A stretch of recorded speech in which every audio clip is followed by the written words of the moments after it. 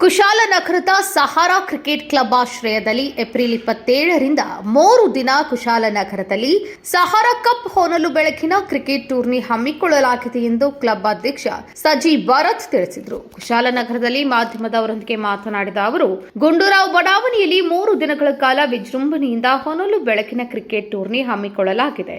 ಈ ಬಾರಿ ಆಟಗಾರರು ಪ್ರೇಕ್ಷಕರಿಗೆ ಊಟದ ವ್ಯವಸ್ಥೆ ಕೂಡ ಏರ್ಪಡಿಸಲಾಗಿದೆ. ಕ್ರೀಡಾ ಪ್ರೇಮಿಗಳು ಹೆಚ್ಚಿನ ಸಂಖ್ಯೆಯಲ್ಲಿ ಆಗಮಿಸಿ ಪ್ರೋತ್ಸಾಹಿಸಬೇಕಿದೆ ಎಂದರು. ಕ್ಲಬ್ ಮಾಜಿ ಅಧ್ಯಕ್ಷ ಎಚ್.ಕೆ. ಸುಮೇರ್ ಮಾತನಾಡಿ, ಕಳೆದ 2 ವರ್ಷದಿಂದ ಕ್ರೀಡಾಕೂಟ ಅತ್ಯಂತ ಯಶಸ್ವಿಯಾಗಿದೆ. ಈ ಬಾರಿ ಕೂಡ ಬಿಟಿ ಮರದಿಂದ ನಿರ್ಮಿಸಿದ ಆಕರ್ಷಕ ಟ್ರೋಫಿಗಳನ್ನು ಬಹುಮಾನವಾಗಿ ನೀಡಲಾಗುತ್ತಿದೆ ಎಂದು ತಿಳಿಸಿದರು. ಕ್ಲಬ್ ಪದಾಧಿಕಾರಿ ರಕ್ಷಿತ್ ಮಾವ್ಜಿ ಮಾತನಾಡಿ, ಈಗಾಗಲೇ ತಂಡದ ಬೆಡ್ಡಿಂಗ್ ಪ್ರಕ್ರಿಯೆ ಪೂರ್ಣಗೊಂಡಿದೆ. ಕೊಡಗಿನ 10 ತಂಡಗಳು ಕ್ರೀಡಾಕೂಟದಲ್ಲಿ ಭಾಗಿಯಾಗಲಿವೆ. ಆಕರ್ಷಕ ನಗದು ಹಾಗೂ ಟ್ರೋಫಿಗಳು ಬಹುಮಾನವಾಗಿ ನೀಡಲಾಗುವುದು. ವಿಶೇಷವಾಗಿ ಪ್ರತಿ ತಂಡಗಳಲ್ಲಿ 3 ಐಕಾನ್ ಆಟಗಾರರು ಪ್ರತಿನಿಧಿಸಲಿದ್ದಾರೆ ಎಂದು ತಿಳಿಸಿದರು.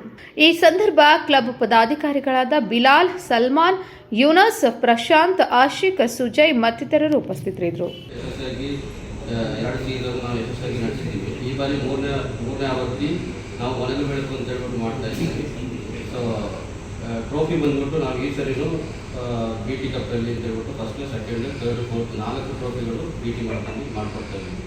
ಈ ಬಾರಿ ಅದು ಓನರ್ಸಿಗೆ ಒಂದು ಅಂಪೈರ್ಸ್ ಬಂದ್ಬಿಟ್ಟು ಮೂರನೇ ಆವೃತ್ತಿಯ ಐಪಿಎಲ್ ಮಾದರಿಯ 10 ತಂಡಗಳ ಫ್ರಾಂಚೈಸಿ ಗುಂಡೂರಾವ್ ಬಡಾವಣೆ ಕುಶಾಲನಗರದಲ್ಲಿ ನಡೆಸ್ತಿದ್ವಿ.